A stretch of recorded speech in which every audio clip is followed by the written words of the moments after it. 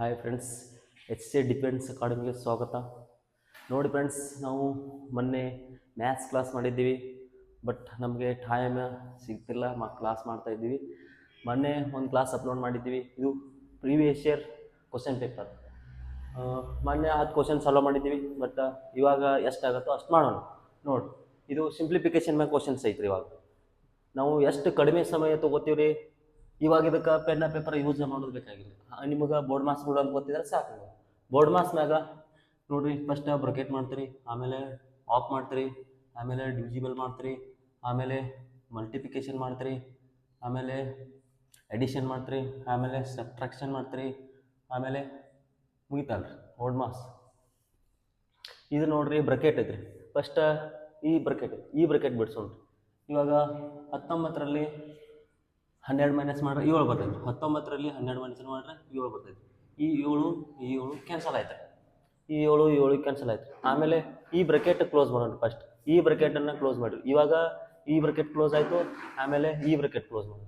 ಇವಾಗ ಇದು ಡಿವಿಜಿಬಲ್, 1 4 ಒಂದ್ಲೆ ಇದು ಕ್ಯಾನ್ಸಲ್ ಆಯಿತು, ಇದು ಕ್ಯಾನ್ಸಲ್ ಆಯಿತು, ಇದು ಕ್ಯಾನ್ಸಲ್ ಆಯಿತು. ಆಮೇಲೆ ಈ ಬ್ರಕೆಟ್ ಕ್ಲೋಸ್ ಆಯ್ತು ನಮ್ದು, ಈ ಬ್ರಕೆಟ್ ಕ್ಲೋಸ್ ಆಯಿತು. ಆಮೇಲೆ ಈ ಬ್ರಕೆಟ್ ಮಾಡ್ತೀರಿ. ಇವಾಗ 22 × 6 ಮಾಡಿದ್ರೆ 22 × 6 ಮಾಡಿದ್ರೆ ನೀವು ಲಾಸ್ಟ್ ಡಿಜಿಟು ನೋಡ್ಬೋದು. ನಿಮಗೆ ನೋಡಿರಿ, 2 6 12, ಲಾಸ್ಟ್ 2 ಬತ್ರಿ. ಇವಾಗ 2 × 2 6 12, 6 ಬತ್ರಿ. ಇವಾಗ 2 × 6 ಮಾಡಿದ್ರೆ 2 6 12, ಲಾಸ್ಟಿಗೆ 2 ಬರ್ತೈತಿ. 2 ಯಾವ್ದ್ರಾಗೈತ್ರಿ? Options B ಒಳಗೈತಿ. ನೋಡಿ, 22 × 6 ಮಾಡಿದ್ರೆ 132 ಆಗತ್ತೆ ರೀ. ಇಷ್ಟ ನೀವು ಲಾಸ್ಟ್ ಡಿಜಿಟ್ ನೋಡಿದ್ರೆ ಬರ್ತೈತಿ ನಿಮಗೆ. ನೀವು ಕಡಿಮೆ ಸಮಯ ಒಳಗೆ pen and without pen and paper ಒಳಗೆ ಬಿಡಿಸ್ಬೋದು. ಬರೀ ಲಾಸ್ಟ್ ಡಿಜಿಟ್ ಮ್ಯಾಗ ಬಿಡಿಸಿರೋ ನಿಮ್ಗೆ ಅವು ಕವರ್ ಆಗತ್ತಾವ. ನೋಡಿ, ಅದೇ ಥರನಾಗಿ ಎರಡನೇ ಕ್ವಶನ್ಸ್. ಫಸ್ಟ್ ಕ್ವಶನ್ಸ್ ಯಾವ್ದು ಮ್ಯಾಗಿತ್ತು? ಬೋರ್ಡ್ ಮಾಸ್ ರೂಲ್ ಸಿಂಪ್ಲಿಫಿಕೇಶನ್ ಇತ್ತು. ಇದು ಪರ್ಸೆಂಟೇಜ್ ಮ್ಯಾಗ ಐತಿ. ಪರ್ಸೆಂಟೇಜ್ ಮ್ಯಾಗ ನೋಡಿ, ಒಂದು ವೇಳೆ ಎಕ್ಸ್ನ 2% ಐತಿ. ಎಕ್ಸ್ನ 2% 264 ಆಗಿದ್ದರೆ ಆಗ ಎಕ್ಸ್ ಯಾವುದಕ್ಕೆ ಸಮವಾಗಿರ್ತದೆ? ಎಕ್ಸ್ ಅಂದ್ರೆ ಇಲ್ಲಿ ಪರ್ಸೆಂಟೇಜ್ ಬಂದೈತ್ರಿ. ಪರ್ಸೆಂಟೇಜ್ ಮತ್ತಂದ್ರೆ ನಾವು ಏನು ಮಾಡ್ಬೇಕ್ರಿ? ಯಾವತ್ತು 100 ಇರ್ತೈತೆ. ಅದು ಪರ್ಸೆಂಟೇಜ್ ಅಂದ್ರೆ 100. ಆ ಎಕ್ಸ್ ಅಂದ್ರನ ಆ 100 ಆಗಿರ್ತೈತ್ರಿ. ಆ ಎಕ್ಸ್ನ ಎಷ್ಟು ರೈತಿರದ? ಎಕ್ಸ್ ಅಂದ್ರೆ 100. ಇವಾಗ ನೋಡಿ, 2% ಅದು 2% ಅಂತಂದ್ರೆ ಅದು ಎಷ್ಟಾಗೈತ್ರಿ? 264 ಆಗೈತಿ. ಎಕ್ಸ್ 2% 264 ಆದರೆ ಎಕ್ಸ್ ಅಂದ್ರೆ ಎಕ್ಸ್ ಪರ್ಸೆಂಟೇಜ್ ಮಾರ್ಕ್ ಇತ್ತಂದ್ರೆ ನಿಮ್ಗೆ ಯಾವತ್ತು 100 ಆಗಿರ್ತೈತಿ. ಇವಾಗ 100 ಮಾಡ್ತೀವಿ, ಕೆಳಗೆ 100 ಇಟ್ಕೋಬೇಕ್ರಿ. ಇವಾಗ ಇಲ್ಲಿ ಎಷ್ಟರಲ್ಲಿ ಇಂಟು ಮಾಡ್ತಿರಲ್ಲ, ಇದನ್ನು ಅಷ್ಟರಲ್ಲೇ ಇಂಟು ಮಾಡ್ಬೇಕು. ನೋಡಿ, ಇವಾಗ ಇದು 2 1 2 2 3 6 2 2 4 ಸೇಮ್ ಇಂಟು ಮಾಡ್ಬೇಕ್ರಿ ಕೆಳಗೆ. ಇವಾಗ 132 × 100 ಮಾಡ್ತೀರಿ. 132 × 100 ಮಾಡಿದ್ರೆ ಎಷ್ಟು ಬರ್ತೈತೆ ನೋಡ್ರಿ ಆನ್ಸರ? 132 × 100 ಮಾಡಿದ್ರೆ 132, ಈ 2 0 ಇಲ್ಲಿ ಇಟ್ಬಿಟ್ರೆ ಅಷ್ಟ 13,200 ಇದು ಆನ್ಸರ್ ಆಗುತ್ತೆ. ಇದಕ್ಕೆ ಏನು ಎಕ್ಸ್ ಮೆಥಡ್ ಏನು ಯೂಸ್ ಮಾಡಬೇಕಾಗಿಲ್ಲ. ಇಷ್ಟ ನೀವು ಸಿಂಪಲ್ ಆಗಿ ಮಾಡಿದ್ರೆ ಸಾಕು. ಎಕ್ಸ್ ಇವ್ರು ನಿಮಗೆ ಪರ್ಸೆಂಟೇಜ್ ಬಂದೈತೆ ಅಂದ್ರೆ ಏನು ಮಾಡ್ತೀರಿ? ಯಾವತ್ತು 100 ಹಚ್ಕೋಬೇಕು. ಅದನ್ನು ಪರ್ಸೆಂಟೇಜ್ ಸಿಂಬಲ್ ಇತ್ತಂದ್ರೆ ನೀವು 100 ಹಚ್ಚೆ ಮಾಡಬೇಕು. ಇಲ್ಲಿ ಒಂದು ವೇಳೆ ಎಕ್ಸ್ ಅಂತ ಕೊಡ್ಬೋದು, ಇಲ್ಲಿ ಎ ಅಂತ ಕೊಡ್ಬೋದು, ಬಿ ಏನೋ ಏನು ಬೇಕಾದ್ರೆ ಮೆನ್ಷನ್ ಮಾಡ್ರಿ ಅವ್ರಿಗೆ. ಬಟ್ ಪರ್ಸೆಂಟೇಜ್ ಸಿಂಬಲ್ ಇತ್ತಂದ್ರೆ 100 ಮೆನ್ಷನ್ ಮಾಡಬೇಕು. ಆಪ್ಷನ್ಸ್ ನೋಡ್ರಿ, ಎ ಒಳಗೈತೆ. ಇದರ options A correct. Next question ಬಂದುಬಿಟ್ಟು 3ನೇ ಕ್ವಶನ್ಸ್. ಇನ್ಕ ನೋಡಿದ್ರಿ, ಒಂದು ಬೋರ್ಡ್ ಮಾರ್ಕ್ಸ್ ನೋಡಿ ಸಿಂಪ್ಲಿಫಿಕೇಶನ್ ನೋಡಿದ್ರಿ, ಆಮೇಲೆ ನೋಡಿದ್ರಿ ಪರ್ಸೆಂಟೇಜ್ ಮ್ಯಾಗಿತ್ತು. ಇವಾಗ ಸರಳ ಬಡ್ಡಿ ಮತ್ತು ಚಕ್ರ ಬಡ್ಡಿ. ಸರಳ ಬಡ್ಡಿ ಚಕ್ರ ಬಡ್ಡಿ ಕಾನ್ಸೆಪ್ಟ್ನ ಪ್ರತಿ ಒಂದು ಶಿಫ್ಟಿಗೂ ಒಂದು ಕ್ವಶನ್ಸ್ ಅಂತೂ ನಿಮಗೆ ಇದ್ದೇ ಇರ್ತದೆ. ನೋಡಿ, ಒಂದೇ ಬಡ್ಡಿ ದರದಲ್ಲಿ 2 ವರ್ಷಗಳಿಗೆ ಸಿಗುವಂಥ ಸರಳ ಬಡ್ಡಿ ಎಷ್ಟೈತ್ರಿ? ಅದು 40 ಆಗಿದೆ. ಹಾಗಿದ್ದರೆ ಚಕ್ರ ಬಡ್ಡಿ 60 ಆಗಿದೆ. ಮತ್ತು ಅಸಲು ಮೊತ್ತ ಕೇಳಿ ನಿಮಗೆ. ಸರಳ ಬಡ್ಡಿ ಕೊಟ್ಟಾನ, ಮತ್ತು ಎಷ್ಟು ಕೊಟ್ಟಾನ? ಸರಳ ಬಡ್ಡಿ 40 ಕೊಟ್ಟಾನ, ಆಮೇಲೆ ಚಕ್ರ ಬಡ್ಡಿ 60 ಕೊಟ್ಟಾನ. ಸರಳ ಬಡ್ಡಿ 40 ಕೊಟ್ಟು ಚಕ್ರ ಬಡ್ಡಿ 60 ಕೊಟ್ಟಾನ ಅಂದ್ರೆ ಈಗ ಮೊತ್ತ ಕೇಳೋಣ. ಇವಾಗ ಏನು ಮಾಡ್ತೀರಿ? 2 ವರ್ಷ ಅಂದ. ಇದನ್ನೊಂದು ನೋಡ್ಕೋಬೇಕು ನೀವು. ಫಸ್ಟ್ ನೋಡ್ಬೇಕಾಗಿದ್ದು ಎಷ್ಟು ವರ್ಷ. ಆಮೇಲೆ ಏನು ಕೊಟ್ಟಾನ್ರಿ? ಸರಳ ಬಡ್ಡಿ ದರದಲ್ಲಿ 40 ಕೊಟ್ಟಾನ, ಆಮೇಲೆ ಚಕ್ರ ಬಡ್ಡಿ ಕೊಟ್ಟಾನ. ಚಕ್ರ ಬಡ್ಡಿ ಐತಿ 60%, ಇದು 60 ರೂಪಾಯಿ ಐತಿ. ಇವಾಗ ಅಸಲು ಮೊತ್ತ ಕೇಳ ನೋಡಿ. ಅಸಲು ಮೊತ್ತ ಕೇಳ ಎಷ್ಟು? ರೂಪಾಯಿಗಳಲ್ಲಿ ಎಷ್ಟು? ಇಷ್ಟು. ಇನ್ನೂ ಸಿಂಪಲ್, ಇದಕ್ಕೇನೋ ಫಾರ್ಮುಲಾ ಯೂಸ್ ಮಾಡೋದು ಬೇಡ, ಏನು ಮಾಡಬೇಡ. ನೋಡಿ, 2 ವರ್ಷ ಅಂದ್ರಿ 40 ರೂಪಾಯಿ. 2 ವರ್ಷಕ್ಕೆ ಅಂದ್ರೆ ಎಷ್ಟಾಗತ್ತೆ ರೀ? 1 ವರ್ಷಕ್ಕೆ ಎಷ್ಟಾಗತ್ತೆ ನೋಡಿ. ಪ್ರತಿ ವರ್ಷಕ್ಕೆ ಎಷ್ಟಾಗತ್ತೆ ರೀ? 2 1 2 2 ಇದು ಹಿಡಿ ಅಂದ್ರೆ 1 ವರ್ಷಕ್ಕೆ 20 ರೂಪಾಯಿ ಆಗತ್ತೈತಿ. 1 ವರ್ಷಕ್ಕೆ 20 ರೂಪಾಯಿ ಆಗತ್ತೆ ರೀ, 20 ರೂಪಾಯಿ. ಇವಾಗ ಏನು ಮಾಡೋಣ್ರಿ? ಸರಳ ಬಡ್ಡಿ ಮತ್ತು ಚಕ್ರ ಬಡ್ಡಿ ಅಂತ ಬಡ್ಡಿ ಮ್ಯಾಗ ಆ ಬಡ್ಡಿ ಹಾಕೋದಕ್ಕೆ ಚಕ್ರ ಬಡ್ಡಿ ಅಂತಾರೆ. ಸರಳ ಬಡ್ಡಿ ಮತ್ತು ಚಕ್ರ ಬಡ್ಡಿ ನಡುವಿನ ವ್ಯತ್ಯಾಸ ನೋಡೋಣ. ಸರಳ ಬಡ್ಡಿ 40, ಚಕ್ರ ಬಡ್ಡಿ 65, ಸರಳ ಬಡ್ಡಿ 45. ಇದ್ರ ವ್ಯತ್ಯಾಸ ಏನು ಮಾಡ್ಬೇಕ್ರಿ? ಮೈನಸ್ ಮಾಡ್ತೀವಿ. 25 ವ್ಯತ್ಯಾಸ. ಸರಳ ಬಡ್ಡಿ ಮತ್ತು ಚಕ್ರ ಬಡ್ಡಿಯ ನಡುವಿನ ವ್ಯತ್ಯಾಸ 25. ಇವಾಗ ಒಂದು ವರ್ಷಕ್ಕೆ 25 ರೀ, ಮತ್ತು ಎರಡನೇ ವರ್ಷಕ್ಕೂ 20. 20 × 20 ಡಿವೈಡೆಡ್ ಬೈ, ಈಗ ಸರಳ ಬಡ್ಡಿ ಮತ್ತು ಚಕ್ರ ಬಡ್ಡಿಯ ನಡುವಿನ ವ್ಯತ್ಯಾಸ ಏನು ಮಾಡ್ತೀರಿ, ಡಿವೈಡೆಡ್ ಬೈ ಮಾಡ್ತೀರಿ. 20 × 20 ಸರಳ ಬಡ್ಡಿ ಮತ್ತು ಚಕ್ರ ಬಡ್ಡಿಯ ನಡುವಿನ ವ್ಯತ್ಯಾಸ ಎಷ್ಟು ಬಂದೈತೆ ರೀ, 20 ಬಂದೈತಿ. ಅದನ್ನು ಡಿವೈಡೆಡ್ ಬೈ ಮಾಡ್ತೀರಿ. ಇವಾಗ 20 20 ಕ್ಯಾನ್ಸಲ್ ಆಕತ್ರಿ, 20. ಇದು ಆನ್ಸರ್ 20 ಆಕತ್ರಿ. ನೋಡ್ರಿ ಆನ್ಸರ್ ಆಪ್ಷನ್ಸ್ ಒಳಗೆ ಐತ್ರಿ. A 13, B 15, C 24, ಡಿ ಒಳಗೆ ಆಪ್ಷನ್ಸ್ ಐತಿ. ನೋಡಿ ಪ್ರತಿ ಒಂದು ಶಿಫ್ಟಿಗೂ ಒಂದು ಕ್ವಶನ್ಸ್ ಇರಾಕಬೇಕು. ಇದನ್ನು ನೀವು ನೋಡ್ಬೇಕ್ರಿ. ಇವಾಗ ಸರಳ ಬಡ್ಡಿ ಮತ್ತು ಚಕ್ರ ಬಡ್ಡಿ ಈಗ 2 ವರ್ಷ ಕೊಟ್ಟಾನ, ಕೆಲವೊಂದು ಟೈಮ್ದಾಗ 3 ವರ್ಷ 4 ವರ್ಷ ಕೊಡ್ತಾನೆ. ಈಗ ಅದನ್ನು ಮಾಡೋಣ. 4ನೇ ಕ್ವಶನ್ಸ್ ಇದೇನು ಕೇಳನ್ರಿ, ಈ ಸ್ಕ್ವೇರು ಪ್ಲಸ್ಸು ಕ್ಯೂಬು ಬತ್ತಂದ್ರೆ ಏನು ಮಾಡ್ತೀರಿ, ಗಾಬರಿ ಮಾಡ್ಕೊತೀರಿ. ಈ ಗಾಬರಿ ಆಗುವಂಥ ಅವಶ್ಯಕತೆ ಏನಿಲ್ಲ ರೀ, ಅಗ್ದಿ ಈಸಿಯಾಗಿ ಮಾಡೋಣ ನೋಡ್ರಿ. ಇವಾಗ 2² × 9² × 13. ಇವಾಗ ಹಿಂಗೆ ಕೊಟ್ಟಾನಂದ್ರೆ ಏನು ಮಾಡಿದ್ರಿ, ಇದ್ರ ಇಷ್ಟೆಲ್ಲ ಕೊಟ್ಟು ಏನು ಮಾಡಿದ್ರಿ, ಲಸ ಹಾಕ್ಯಾನ. ಲಸ ಏನು ಮಾಡ್ತೀರಿ, ಕಾಮನ್ ಆಗಿ ಫಸ್ಟ್ ನಂಬರ್ ಕೊಡ್ತಿದ್ರಿ. ನಂಬರ್ಸ್ ಕೊಟ್ಟು ಅದ್ರದ್ದು ಲಸ ಕೇಳ್ತದೆ. ಈಗ ಸ್ಕ್ವೈರ ಕ್ಯೂಬ ಈ ಟೈಪ್ ಕೊಡತ್ತಾನ. ಇದ್ರನ್ನ ಹೆಂಗೆ ಲಸ ಕಂಡು ಹಿಡಿತೀರಿ ನೋಡ್ರಿ. ಲಸ ಮತ್ತು ಮಸ ಅಗ್ದಿ ಈಜಿಯಾಗಿ ಕಂಡು ಹಿಡ್ಬೋದು ರೀ. ಇವಾಗ ನೋಡ್ರಿ, ಇಲ್ಲಿ 2 ಐತಿ, ಆಮೇಲೆ ಇಲ್ಲಿ 2 ಐತಿ, ಆಮೇಲೆ ಈಗ ಫಸ್ಟ್ನೇ ಸಂಖ್ಯೆ 2 ಒಳಗೆ ಏನು ರೀ, ಈಗ ಇದು 2 ಕಾಮನ್ ಐತಿ. ಇದ್ರಾಗ ಫಸ್ಟ್ ಯಾವ್ದು ರೀ, ಈ ಎರಡರ ಮ್ಯಾಗ ಯಾವ ಸಂಖ್ಯೆ ದೊಡ್ಡದಿರ್ತೈತಿ, ಈ ಎರಡರ ಮ್ಯಾಗ ಯಾವ ಸಂಖ್ಯೆ ದೊಡ್ಡದೈತಿ ಅದ್ರದ್ದು ಫಸ್ಟ್ ತೊಗೋಬೇಕ್ರಿ.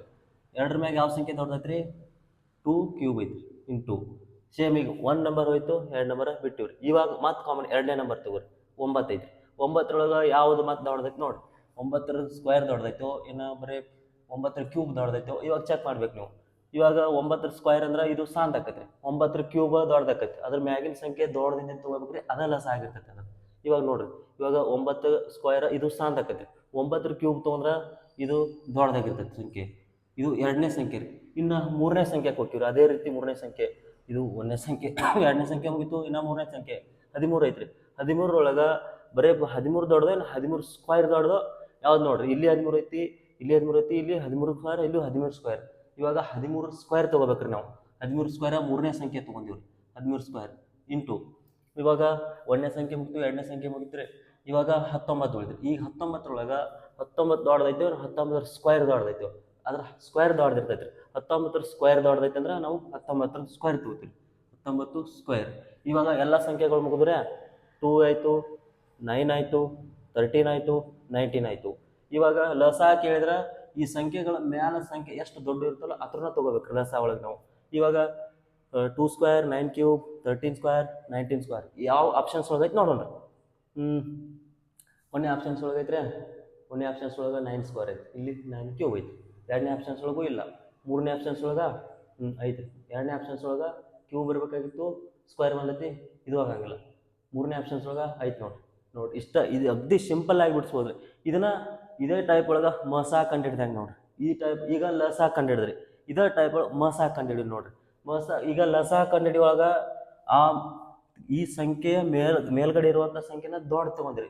ಈ ಸಂಖ್ಯೆ ಯಾವ್ದು ಇರ್ತೈತಿಲ್ಲ ಅದ್ರ ದೊಡ್ಡ ತೊಗೊಂಡ್ರೆ ಲಸ ಸಿಗ್ತರಿ. ಇನ್ನು ಈ ಸಂಖ್ಯೆಯ ಮೇಲ್ಗಡೆ ಸಣ್ಣದು ಯಾವ್ದು ಇರ್ತೈತಿ ಅದನ್ನು ತೊಗೊಂಡ್ರೆ ಮಸ ಸಿಗ್ತೈತಿ. ಇದೇ ಟೈಪ್ ಒಳಗೆ ಇದು LCM ತೊಗೊಂತೀವಿ. ಇವಾಗ ಇನ್ನು HCF ನೋಡ್ರಿ. HCF ಇದ್ರಾಗ 2 ಕ್ಯೂಬ್ ಐತಿ, 2 ಸ್ಕ್ವೇರ್ ಐತಿ, ಆಮೇಲೆ ಇಲ್ಲಿ 2 ಇಲ್ಲ, ಇಲ್ಲಿ 2 ಸ್ಕ್ವೇರ್ ಸಾಂದ್ ಆಗತ್ತೆ. ಇದ 2 ಸ್ಕ್ವೇರ್ ತೊಗೋತೀರಿ. ಆಮೇಲೆ ಇಂಟು ಇವಾಗ 9 ಸ್ಕ್ವೇರ್ ಐತಿ, ಆಮೇಲೆ 9 ಕ್ಯೂಬ್ ಐತಿ. ಇಲ್ಲಿ ದೊಡ್ಡ ತೊಗೊಂಡ್ರೆ ಲಸ ಸಿಗ್ತೈತಿ ರೀ. ಅದೇ ರೀತಿ ಸಾಂದ್ ತೊಗೊಂಡ್ರೆ ನಮ್ಗೆ ಮಸ ಸಿಗ್ತೈತಿ. 9 ಸ್ಕ್ವೇರ್. ಆಮೇಲೆ 13 ಐತ್ರಿ, 13 ಸ್ಕ್ವೇರ್ ಐತಿ, 13 ಸ್ಕ್ವೇರ್ ಐತಿ. ಇವು ಸ್ಕ್ವೇರ್ ಇದ್ದಿದ್ದು ದೊಡ್ಡ ಹಾಕಾವು. ನಾವು ಮಸ ಕಂಡಿಡಿಯೊಳಗೆ ಸಣ್ಣ ತೊಗೋಬೇಕು. ಇಂಟು 13. ಆಮೇಲೆ 1 ಸಂಖ್ಯೆ, 2 ಸಂಖ್ಯೆ, 3ನೇ ಸಂಖ್ಯೆ ಬಂತ್ರಿ. ಈಗ 19 ಬಂತ್ರಿ. 19 ಸ್ಕ್ವೇರ್ ದೊಡ್ಡದು, 19 ದೊಡ್ಡದು, ಅದನ್ನ ಹೇಳ್ರಿ ನಮಗೆ. 19 ಸ್ಕ್ವೇರ್ ಅಂದ್ರೆ ಇದು ಲಸ ಒಳಗೆ ಹೋಗ್ತೈತ್ರಿ. 19 ಅಂದ್ರೆ ಮಸ ತೊಗೋತೀರಿ. ಅದ್ರ ಸಂಖ್ಯೆ ಸಣ್ಣದಿರ್ಬೇಕು. ಇದು ಮಸ, ಇದು ಲಸ ಕಂಡಿಡಿದ್ರೆ ಇದು HCF. ಇಷ್ಟ. ಇದ್ರಾಗ ಏನೂ ಇಲ್ಲ ಅಂತ ನೀವು ಇಂಥವು ಬಂದೋದ್ರೆ ಏನು ಮಾಡ್ತೀರಿ, ಸ್ಕಿಪ್ ಮಾಡ್ತೀರಿ. ಇಲ್ಲಾಂದ್ರೆ ಅಂಜಿ ಗಾಬರಿ ಮಾಡ್ಕೋತೀರಿ. ಏನಂತ ಮಾಡುವ ಅವಶ್ಯಕತೆ ಇಲ್ಲ ನೋಡ್ರಿ. ಅಗ್ದಿ ಇಷ್ಟ ಸಿಂಪಲ್ ಆಗಿ ಮಾಡ್ಬೋದು ನಾವು. 5ನೇ ಪ್ರಶ್ನೆ ಏನೈತೆ ನೋಡ್ರಿ. ಇದು ಸರಳ ಬಡ್ಡಿ, ಇದು ಬಡ್ಡಿ ಮ್ಯಾಗ ಮತ್ತೆ ಇದು ನೋಡ್ರಿ. ಇಷ್ಟು ಕ್ವಶನ್ಸ್ ಲೆಂದಿ ಐತಿ. ಲೆಂದಿ ಅನ್ನೋ ಏನು ಮಾಡ್ತಾರೆ, ಸ್ಕಿಪ್ ಮಾಡಿಬಿಡ್ತೀರಿ ನೀವು. ಇಷ್ಟೆಲ್ಲ ಏನೂ ಇಲ್ರಿ ಇದ್ರೊಳಗೆ. ಇಲ್ಲಿ ಲೆಂದಿ ಐತೆ ಅನ್ನೋ ನೀವು ಏನು ಮಾಡ್ತೀರಿ, ಕೆಲವೊಬ್ರು ಓದಂಗಿಲ್ಲ, ಇಷ್ಟು ದೊಡ್ಡ ನಮಗೇನು ಬರ್ತೈತಿ ಅಂತೇಳಿ ವಿಚಾರ ಮಾಡಿ ಸ್ಕಿಪ್ ಮಾಡಿಬಿಡ್ತೀರಿ. ಇಲ್ಲಾಂದ್ರೆ ಔನ್ಸ್ ಮಾಡಿ ಯಾವುದೋ ಒಂದು ಆಪ್ಷನ್ ಸ್ಟಿಕ್ ಮಾಡಿಬಿಡ್ತೀರಿ. ಈ ರೀತಿ ಮಾಡೋದಲ್ಲ ನೋಡ್ರಿ. ಇವಾಗ ಎಷ್ಟು ಸಿಂಪಲ್ ಆಗೈತೆ ನೋಡ್ರಿ. ಕ್ವಶನ್ಸ್ ಒಳಗೆ ನಮ್ಗೆ 50% ಆನ್ಸರ್ ಕ್ವಶನ್ ಒಳಗೆ ಇರ್ತೈತಿ. ಕರೆಕ್ಟಾಗಿ ಇವತ್ತು ನಾವು ಓದಿ ಅದನ್ನು ಅರ್ಥ ಮಾಡ್ಕೋಬೇಕ್ರಿ. ಫಸ್ಟ್ ಸ್ಪೀಡಾಗಿ ಓದೋದಲ್ರಿ, ಅದನ್ನು ಓದೋದ್ರೊಳಗನ ಅರ್ಥ ನೋಡು.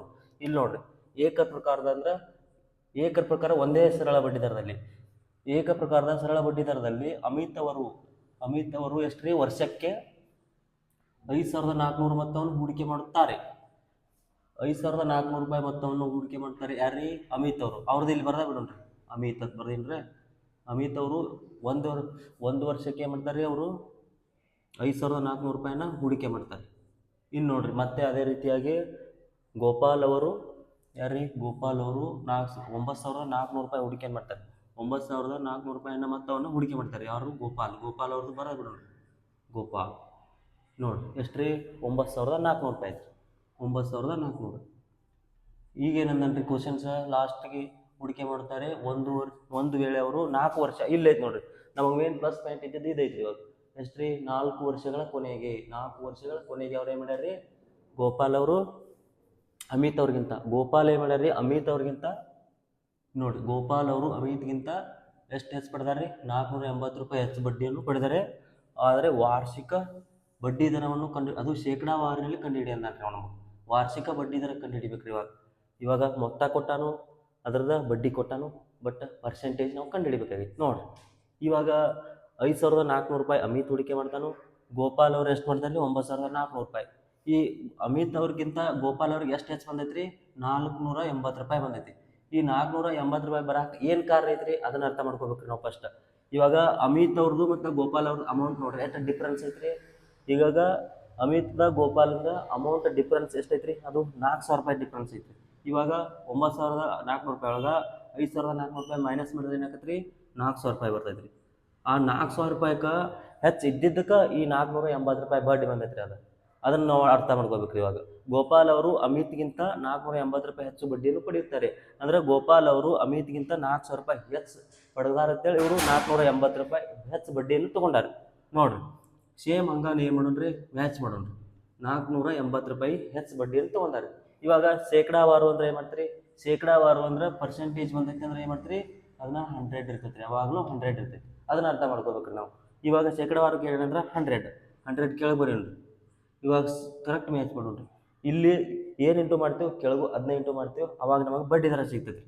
ಇವಾಗ ಕೆಳಗೆ 2 0 ತೆಗಿರಿ, ಮ್ಯಾಗ 2 0 ತೆಗಿರಿ. ಇಲ್ಲೊಂದು 0 ಐತಿ, ಇದೊಂದು ತೆಗಿರಿ, ಆಮೇಲೆ ಇಲ್ಲೊಂದು 0 ಐತಿ, ಇದನ್ನು ತೆಗಿರಿ. ಇವಾಗ ಕರೆಕ್ಟ್ ಮ್ಯಾಚ್ ಆಗತ್ತೆ ನೋಡಿರಿ. 4 1 4, 4 2 8 ಬೇಟ್. ಇವಾಗ ಸೇಮ್ ಏನು ಇಂಟು ಮಾಡ್ತೀರಿ ಮ್ಯಾಲಿಂದ ಕೆಳಗು ಅದಕ್ಕೆ ಇಂಟು ಮಾಡ್ತೀರಿ. 1 12 12. ಈ 12 ಏನು ಸಿಕ್ತಿರಿ ನಮ್ಗೆ? 12% ಬಡ್ಡಿ ಸಿಕ್ತು. ಇದು ಯಾವಾಗಿಂದ್ರಿ? ಇದು ಎಷ್ಟು ವರ್ಷದೈತ್ರಿ? ಇದು ಟೋಟಲಿ ಇದು 12% ಬಡ್ಡಿ ಸಿಕ್ಕೈತೆ ನಮಗೆ. ಇವಾಗ 12% ಬಡ್ಡಿ ಎಷ್ಟು ವರ್ಷಗಳನ್ನಂದ್ರಿ? 4 ವರ್ಷಗಳ ಕೊನೆಗೆ. ಇದನ್ನ ಅರ್ಥ ಮಾಡ್ಕೋಬೇಕ್ರಿ ನಾವು. 4 ವರ್ಷಗಳ ಕೊನೆಗೆ ಅವರಿಗೆ 480 ರೂಪಾಯಿ ಹೆಚ್ಚು ಬಡ್ಡಿ ಸಿಗುತ್ತೆ. ಇದು 4 ವರ್ಷಗಳ ಬಡ್ಡಿ ನಮ್ದು. ಇವಾಗ ಡಿವೈಡೆಡ್/4 ಮಾಡ್ತೀರಿ. 1 ವರ್ಷ ಅಂದ ನಾವು ಇಲ್ಲಿ ಓದ್ಬೇಕ್ರಿ. ವಾರ್ಷಿಕ ಬಡ್ಡಿ ದರವನ್ನು ಕಂಡುಹಿಡಿದ್ರಿ. ಅಂದ್ರೆ ವಾರ್ಷಿಕ ಎಷ್ಟು ಇರ್ತೈತಿ, ಒಂದು ವರ್ಷಕ್ಕೆ ಎಷ್ಟು ಇರ್ತೈತಿ ಅದನ್ನ ಅರ್ಥ ಮಾಡ್ಕೋಬೇಕ್ರಿ. ಇವಾಗ ಬಂದಿದ್ದು ಎಷ್ಟು ರೀ? 12. ಇದು 4 ವರ್ಷಗಳಿಗೆ. ನಮಗೆ ಬೇಕಾಗಿದ್ದು 1 ವರ್ಷಕ್ಕೆ. ಅದನ್ನೇ ಮಾಡ್ತೀರಿ? ಡಿವೈಡೆಡ್/4 ಮಾಡ್ತೀರಿ. 4 1 4, 4 3 12 ಐತ್ರಿ. ಆಪ್ಷನ್ಸ್ ಒಳಗೆ 3 ಯಾವುದೆಲ್ಲ ಐತ್ರಿ ನೋಡ್ರಿ? ಆಪ್ಷನ್ಸ್ ಡಿ ಕರೆಕ್ಟ್ ಐತಿ. ವಾರ್ಷಿಕವಾಗಿ 3% ದರ ಆಗಿರ್ತೈತ್ರಿ. ಇದು 6ನೇ ಪ್ರಶ್ನೆ. 6ನೇ ಪ್ರಶ್ನೆ ಏನೈತ್ರಿ? ಇದು ರೈಲಿಗೆ ಸಂಬಂಧಿಸಿದ ಸಮಸ್ಯೆ. ಇದೇ ಮಾಡ್ತೀರಿ ನೀವು? ರೈಲಿಗೆ ಸಂಬಂಧಿಸಿದ ಸಮಸ್ಯೆನ ಇದು ಬರಲ್ಲಪ್ಪ, ಇದಕ್ಕೆ ಫಾರ್ಮುಲಾ ಐತಿ, ಇದನ್ನೇನು ಮಾಡೋದು ಅಂತೇಳಿ ಸ್ಕಿಪ್ ಮಾಡ್ತೀರಿ. ಸ್ಕಿಪ್ ಮಾಡೋ ಅವಶ್ಯಕತೆ ಇಲ್ಲ. ನೋಡ್ರಿ ಏನು ಮಾಡ್ಯಾನ? 900 ಮೀಟರ್ ಉದ್ದದ ರೈಲು 20 ಸೆಕೆಂಡ್ಗಳಲ್ಲಿ ವಿದ್ಯುತ್ ಕಂಬವನ್ನು ದಾಟುತ್ತದೆ. ಹಾಗಾದರೆ ರೈಲಿನ ವೇಗವನ್ನು ಕಂಡುಹಿಡಿಯಿರಿ. ರೈಲಿನ ವೇಗ ಕಂಡುಹಿಡಿ. ಅವೇನು ಕೊಟ್ಟಾನ್ರಿ? 900 ಮೀಟರ್ ಉದ್ದ, 20 ಸೆಕೆಂಡ್ಗಳು. ಮೀಟರ್ಗಳು ಕೊಟ್ಟಾನ, ಸೆಕೆಂಡ್ಗಳು ಕೊಟ್ಟಾನ. ನಮ್ಗೆ ಟ್ರೈನಿನ ವೇಗ ಕೇಳ್ಯಾನ. ಇದನ್ನೇನು ಮಾಡ್ತೀರಿ? ಇವಾಗ ಇದು ಏನು ಬರ್ತೈತ್ರಿ? 900 ಮೀಟರ್ ಉದ್ದದ ರೈಲು 20 ಸೆಕೆಂಡ್ಗಳಲ್ಲಿ ವಿದ್ಯುತ್ ಕಂಬವನ್ನು ದಾಟುತ್ತದೆ. ವಿದ್ಯುತ್ ಕಂಬ ಅಂದ್ರೆ ಅದಕ್ಕೆ ವಿದ್ಯುತ್ ಕಂಬಕ್ಕೆ ಏನು ಲೆಂತ್ ಇರ್ತೈತ್ರಿ? ಲೆಂತ್ ಇರಂಗಿಲ್ಲ ಅದಕ್ಕೆ. ಇದನ್ನ ದಾಟ ಅಂದ್ರೆ ಟ್ರೈನು ತನ್ನಂತ ದಾಟುಗಳಕ್ಕೆ 20 ಸೆಕೆಂಡ್ ಬೇಕಂದಾಗ ಅದರ ಅರ್ಥ. ವಿದ್ಯುತ್ ಕಂಬಕ್ಕೆ ಏನ್ರಿ ಲೆಂತ್ ಐತೇನ್ರಿ? ಏನಿಲ್ಲ. ಅದಕ್ಕೆ ತನ್ನಂತ ದಾಟುಗಳಕ್ಕೆ 20 ಸೆಕೆಂಡ್ ಬೇಕತ್ರಿ. ಏನೈತ್ರಿ ಇದು? ನಮಗೇನು ಕೇಳ್ಯಾನ್ರಿ? ವೇಗ ಕೇಳ್ಯಾನ. ವೇಗ ಅಂದ್ರೆ ಏನು ಮಾಡ್ತೀರಿ? ವೇಗ = ದೂರ ಅಪಾನ್ ಸಮಯ. ದೂರ ಅಪಾನ್ ಸಮಯ ಇಷ್ಟ ರೀ. ಇದ್ರದ್ದು ಏನಂತ ದೊಡ್ಡ ಕಾನ್ಸೆಪ್ಟ ಇಲ್ಲ. ಇಷ್ಟ ವೇಗ ಇಂಟು ದೂರ ಅಪಾನ್ ಸಮಯ.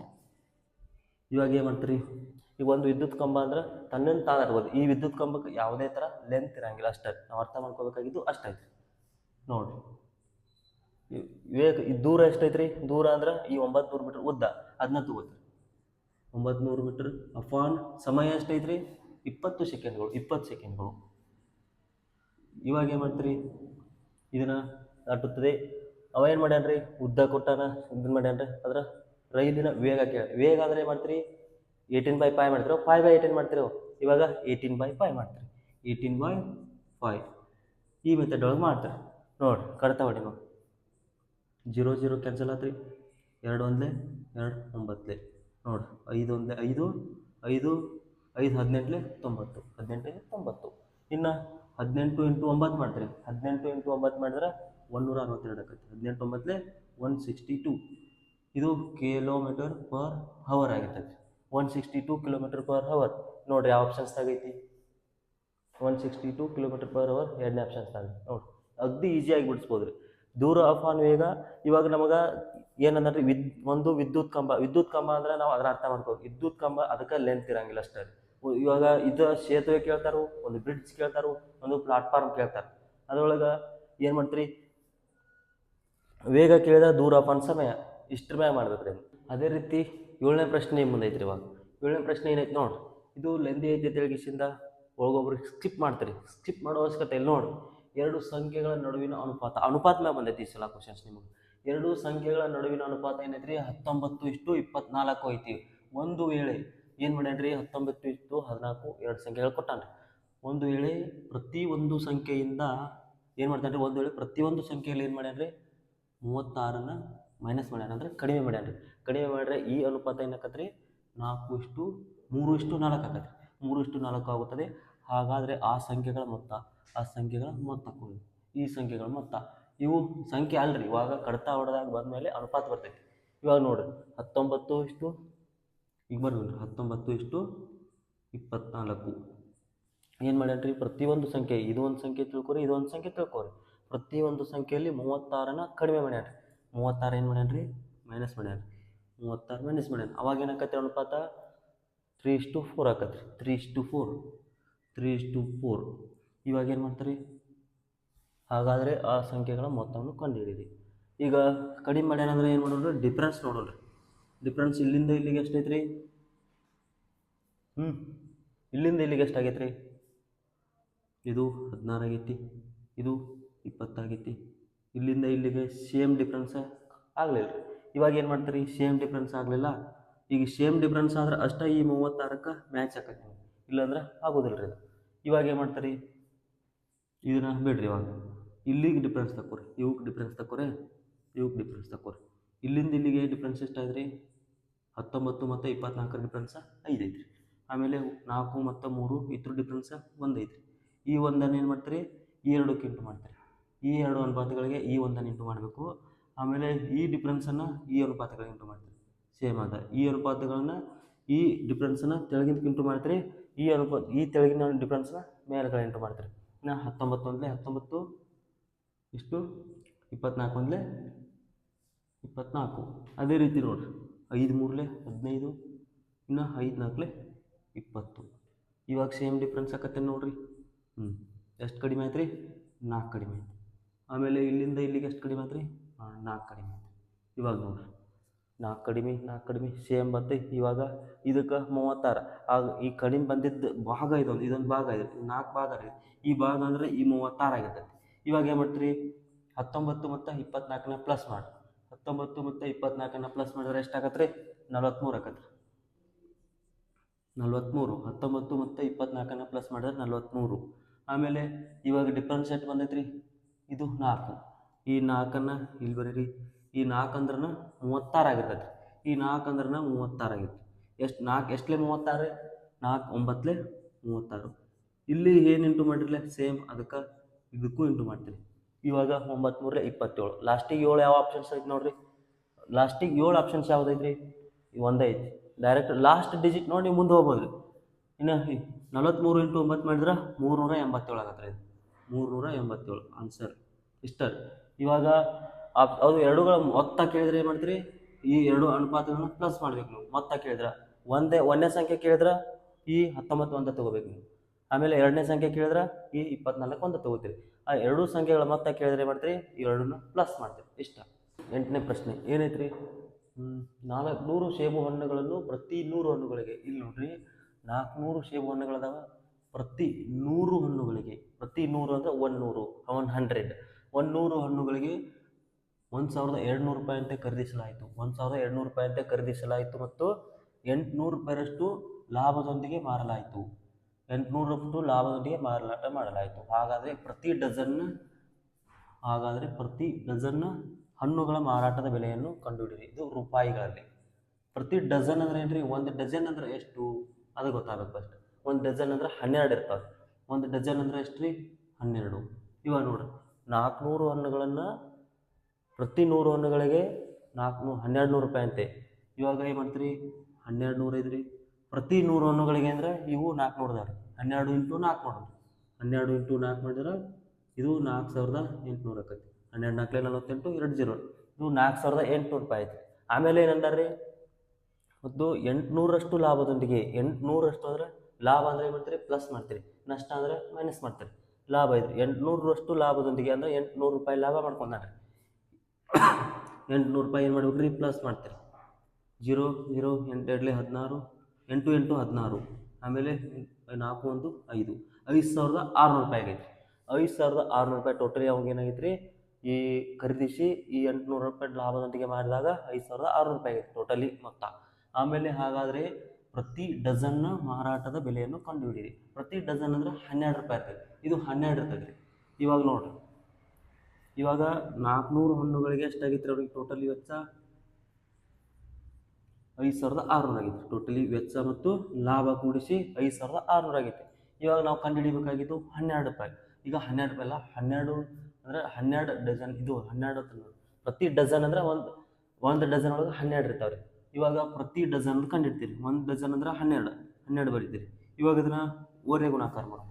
ಓರೆ ಗುಣಾಕಾರ ಅಂದರೆ ಇವೆರಡು ಇಂಟು ಹಾಕವ್ರಿ, ಇದು ಡಿವೈಡೆಡ್ ಬೈ ಬರ್ತದೆ ನೋಡಿ. ಈಗ 12 ಇಂಟು 5600, ಆಮೇಲೆ ಡಿವೈಡೆಡ್ ಬೈ 400. ಇವಾಗ ಕಟ್ತಾ ಹೊಡಿಬೇಕು. ಈ 2 0 ತೆಗಿತೀರಿ, ಈ 2 0 ತೆಗಿತೀರಿ. ಇದು 4 1 4, 4 3 12. ಇನ್ನು 56 ಇಂಟು 3, 56 ಇಂಟು ಮಾಡಿದ್ರೆ 168 ಆಗತ್ತೆ. ಈ ಪ್ರತಿ ಡಜನ್ಗೆ 168 ರೂಪಾಯಿದಂತೆ ಮಾರಾಟ ಮಾಡ್ಯಾನ ನಾವು.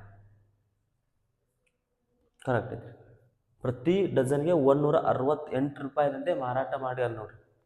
ಇದು ಪ್ರತಿ ಡಜನ್ನ ಮಾರಾಟದ ಬೆಲೆ ಎಷ್ಟೈತ್ರಿ, 168 ರೂಪಾಯಿ. ಇಷ್ಟ ನೋಡಿ. ಅದೇ ರೀತಿ 9ನೇ ಪ್ರಶ್ನೆ ನಿಮ್ಮ ಮುಂದೆ ಐತ್ರಿ. ಇವಾಗ ಇದು ಸರಾಸರಿ ಮೇಲೆ ಐತ್ರಿ. ಸರಾಸರಿ ಎವರೇಜ್ ಅಂತ ಕರೀತಾರೆ. ಸರಾಸರಿ ಮೇಲೆ ನೋಡ್ರಿ, ಇಲ್ಲಿ ಏನೈತಿ, ಒಂದು ತರಗತಿಯಲ್ಲಿರುವ 54 ವಿದ್ಯಾರ್ಥಿಗಳು. ಒಂದು ತರಗತಿಯಲ್ಲಿರುವ 54 ವಿದ್ಯಾರ್ಥಿಗಳ ಸರಾಸರಿ ಎಷ್ಟೈತ್ರಿ ಅವ್ರದ? ಸರಾಸರಿ ವಯಸ್ಸು 34 ವರ್ಷ ಐತ್ರಿ. ಒಂದು ತರಗತಿಯಲ್ಲಿರುವ 54 ವಿದ್ಯಾರ್ಥಿಗಳ ಸರಾಸರಿ ವಯಸ್ಸು 37 ವರ್ಷ ಆಗಿದೆ.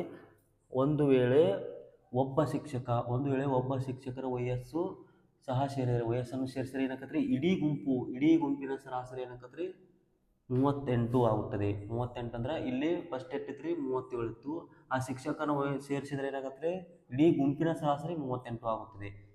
ಹಾಗಾದರೆ ಆ ಶಿಕ್ಷಕರ ವಯಸ್ಸನ್ನು ಕಂಡುಹಿಡಿಯಿರಿ. ನೋಡ್ರಿ, ಈಜಿ ಐತಿ. ಇದೇನು ಮಾಡ್ಯಾನ್ರಿ, ಒಂದು ತರಗತಿಯಲ್ಲಿ ಎಷ್ಟು ಜನ ಅದಾರಿ, 54 ವಿದ್ಯಾರ್ಥಿಗಳು ಅದಾರು. 54 ಬರೀ. ಆಮೇಲೆ ಅವ್ರ ಸರಾಸರಿ ಎಷ್ಟೈತ್ರಿ, 37 ಐತಿ. ಫಸ್ಟ್ ಅವ್ರ ಸರಾಸರಿ ಎಷ್ಟೈತ್ರಿ, 37 ಐತಿ. ಇವಾಗ ಏನು ಮಾಡ್ಯಾನ್ರಿ, ಆಮೇಲೆ ಆ ಶಿಕ್ಷಕರ ವಯಸ್ಸನ್ನು ಸೇರಿಸ್ಬೇಕ್ರಿ. ಇವಾಗ ಒಂದು ವೇಳೆ ಒಬ್ಬ ಶಿಕ್ಷಕರ ವಯಸ್ಸನ್ನು ಸಹ ಸೇರಿದರೆ ಏನಾಗತ್ರಿ, ಇಡೀ ಗುಂಪು ಅಂದ್ರೆ ಎಷ್ಟೈತ್ರಿ, ಇಲ್ಲಿ 54 ಮಂದಿದು ಏನಾಗತ್ರಿ ಸರಾಸರಿ 38. ಅಂದ್ರೆ 37 ಇದ್ದಿದ್ದು 38 ಆಗತ್ತೆ. ಅಂದ್ರೆ ಇಲ್ಲಿಂದ ಇಲ್ಲಿಗೆ ಹೆಚ್ಚಾಗಿದ್ದು 1 ವರ್ಷ ಹೆಚ್ಚಾಯ್ತು. ಆ ಶಿಕ್ಷಕನ ವಯಸ್ಸು ಕಂಡುಹಿಡ್ರಿ. ಈಜಿ ಐತಿ ನೋಡ್ರಿ. ಇವಾಗ ಏನಾಗೈತ್ರಿ, ಇಡೀ ಗುಂಪಿನ ಸರಾಸರಿ ಹೆಚ್ಚಾಗತ್ರಿ. ಎಷ್ಟ್ರಿ, 1 ವರ್ಷ. ಇಡೀ ಗುಂಪಿಂದ 1 ವರ್ಷ ಅಂದ್ರೆ ಇದು 54 ಇತ್ತು.